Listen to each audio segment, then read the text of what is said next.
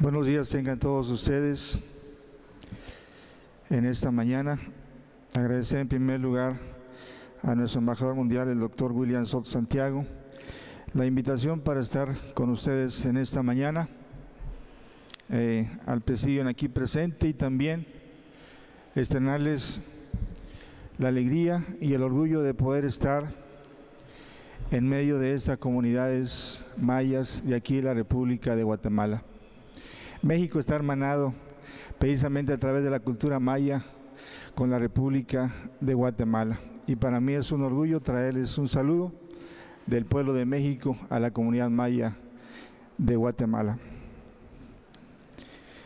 El tema de los derechos humanos y derechos consuetudinarios ha en los últimos años tomado un vigor muy grande. Lamentablemente ha sido a causa de las múltiples masacres, crímenes que se han cometido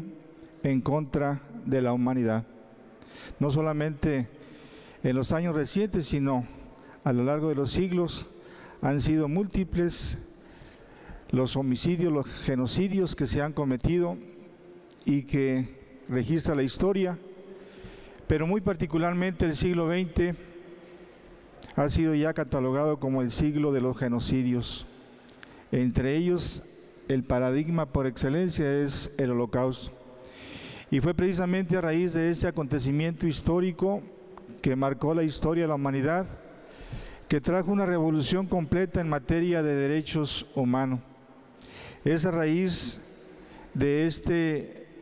evento que le costó la vida a más de 20 millones de personas, entre ellos 6 millones de judíos, que nace las naciones en su conjunto firman una carta, la Carta de las Naciones Unidas, en la que se reconocen por primera vez de manera precisa, de manera textual, los derechos humanos que nos corresponden a todos, porque los derechos humanos son las prerrogativas, los derechos que como seres humanos tenemos todos, por el solo hecho de ser seres humanos, y que todos los gobiernos, todos los estados están obligados, comprometidos, deben de respetar, promover, defender y garantizar esos derechos humanos. Esa Carta de las Naciones Unidas que se firmó en el año 1945 y que le dio vida a las Naciones Unidas, tiene como principal compromiso de los pueblos el respeto de los derechos humanos y libertades fundamentales sin distinción de raza, sexo, idioma o religión, el cual se sumó a la preservación de la paz y la seguridad internacional. Más enseguida se firmó, o más bien se hizo, la Declaratoria Universal de los Derechos Humanos, documento en el cual se acepta y se establece el compromiso de los estados integrantes de las Naciones Unidas para asegurar en cooperación con la ONU el respeto universal y efectivo a los derechos y libertades fundamentales del hombre, a la dignidad y el valor de la persona humana y a la igualdad de derechos de hombres y mujeres. Todos los seres humanos, en esta declaratoria se plasmó este principio. Todos los derechos humanos nacen libres e iguales en dignidad y derechos, y dotados como están de razón y conciencia, deben comportarse fraternalmente los unos con los otros, y ahí en ese documento están reconocidos los derechos fundamentales de todos los seres humanos: el derecho a la vida, a la integridad corporal, a la igualdad de derechos de hombres y mujeres, el derecho a la vida privada, la libertad de trabajo, la prohibición de la esclavitud, la libertad religiosa, la libertad de opinión, de reunión, de asociación, de acceso a la justicia, la defensa de la propiedad, los derechos políticos, sociales, la educación, la cultura y también, por supuesto, los derechos de los pueblos aborígenes. Esa es la declaración y el compromiso de todos aquellos que han firmado esta declaratoria universal. Cuando se hizo este documento fue una simple declaración, puesto que había que ser aceptada por los gobiernos. Los derechos humanos son derechos naturales, son derechos que ya son inherentes al ser humano. Lo que hacen los estados es reconocerlos y, una vez reconocidos, defenderlos y protegerlos, y sobre todo establecer los mecanismos para el debido ejercicio de esos derechos. A raíz de esos documentos se han dado una serie de pactos de carácter internacional en la que, derivado de esa Declaración Universal, los estados han reconocido de manera específica los derechos más importantes, y al momento de hacerlo se están comprometiendo precisamente a reconocerlos. Hay un documento que se firmó, tuvo una ampliación recientemente, es el Convenio sobre los Pueblos Indígenas y Tribales en Países Independientes, y en ese documento las naciones que lo han reconocido y lo han aceptado reconocen las aspiraciones de esos pueblos a asumir el control de sus propias instituciones y formas de vida y su desarrollo económico, y a mantener y fortalecer sus identidades, lenguas y religiones dentro del marco de los estados en que viven. Se ha observado, ese es parte del preámbulo de este convenio, observando que en muchas partes del mundo esos pueblos no pueden gozar de los derechos humanos fundamentales en el mismo grado que el resto de la población de los estados en que viven, y que sus leyes, valores y costumbres y perspectivas han sufrido a menudo una erosión. Recordando también la particular contribución de los pueblos indígenas y tribales a la diversidad cultural, a la armonía social y ecológica de la humanidad y a la cooperación y comprensión internacionales. Y precisamente reconociendo estas características emanadas de los pueblos aborígenes, entre los compromisos que han establecido los gobiernos es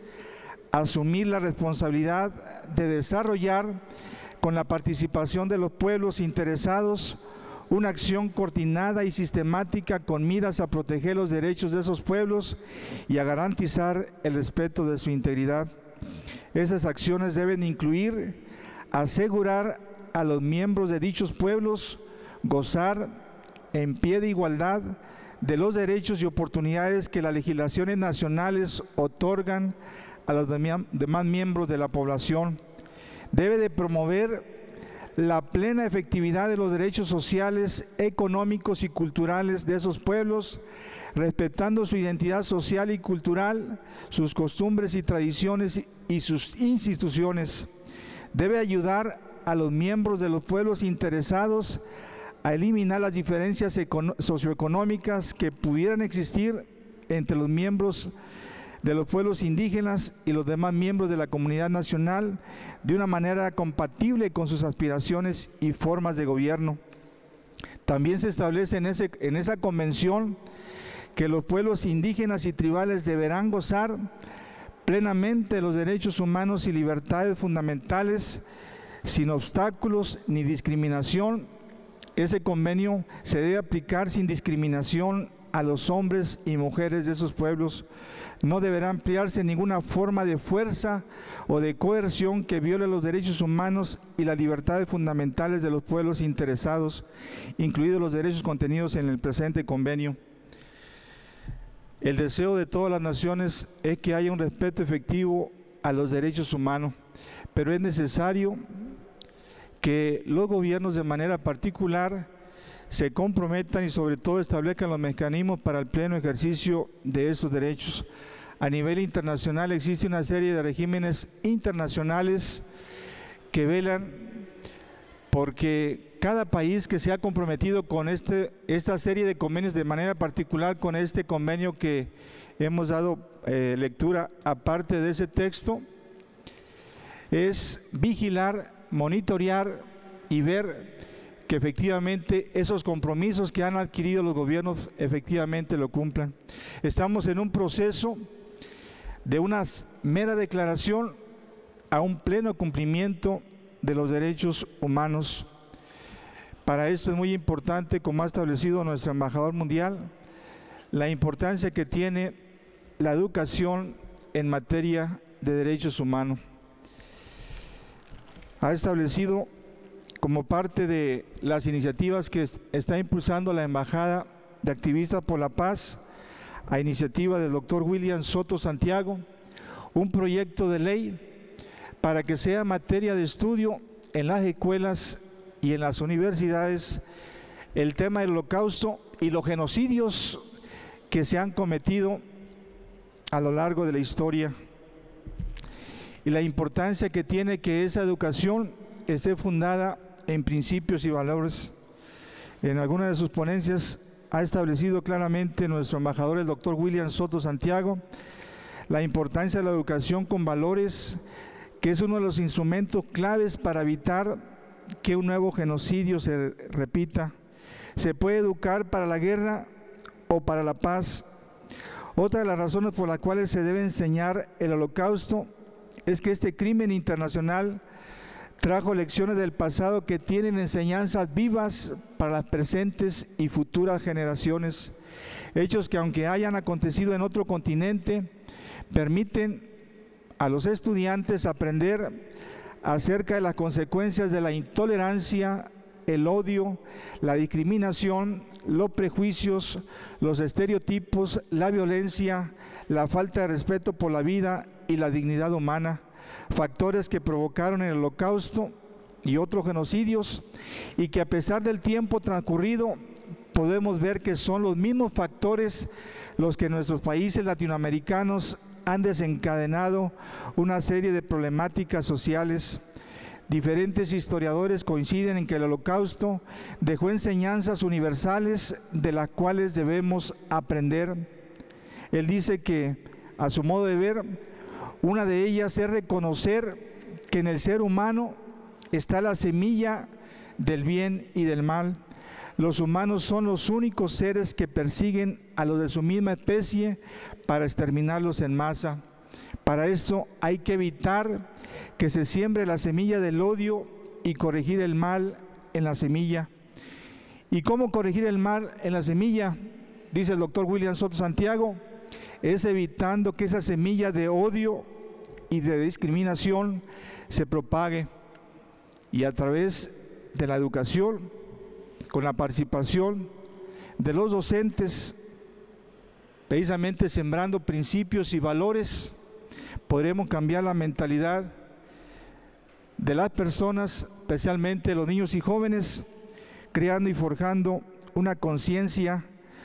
de una sociedad más inclusiva, tolerante y en paz. Es un anhelo, una aspiración de todos los seres humanos, la paz, pero como ha manifestado también el doctor William Soto Santiago, para alcanzar la paz se necesita una verdadera justicia, y es justo que todos los seres humanos no solamente nos reconozcan nuestros derechos, sino que esos derechos sean debidamente garantizados por nuestros gobiernos. Esa es una aspiración y un trabajo que tenemos que hacer todos, no solamente el gobierno de su esfera de autoridad, sino también las organizaciones de la sociedad civil, como lo hace ahora la Embajada Mundial de Activistas por la Paz y nuestro embajador mundial, el doctor William Soto Santiago. Muchas gracias. Buenos días.